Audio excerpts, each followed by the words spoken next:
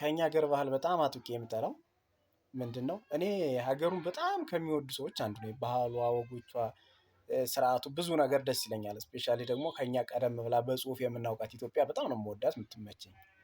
ግን ደግሞ በጣም የምጠላው አንድ ባህል አለን። ያ ባህል ምንድነው?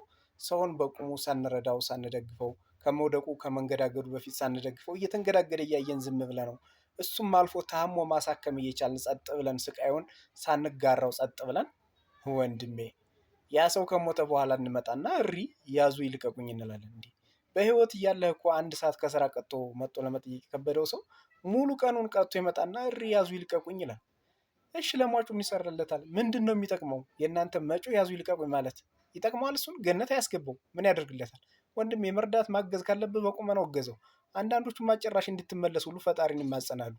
ድጋሜ ለማቃጠል ነው? ድጋሜ ለማሰቃየት? አይ ደግነቱ እግዚአብሔር አይመልሰንም የእናንተን ተኩል አይቶ እንጂ እናንተንማ ተውት።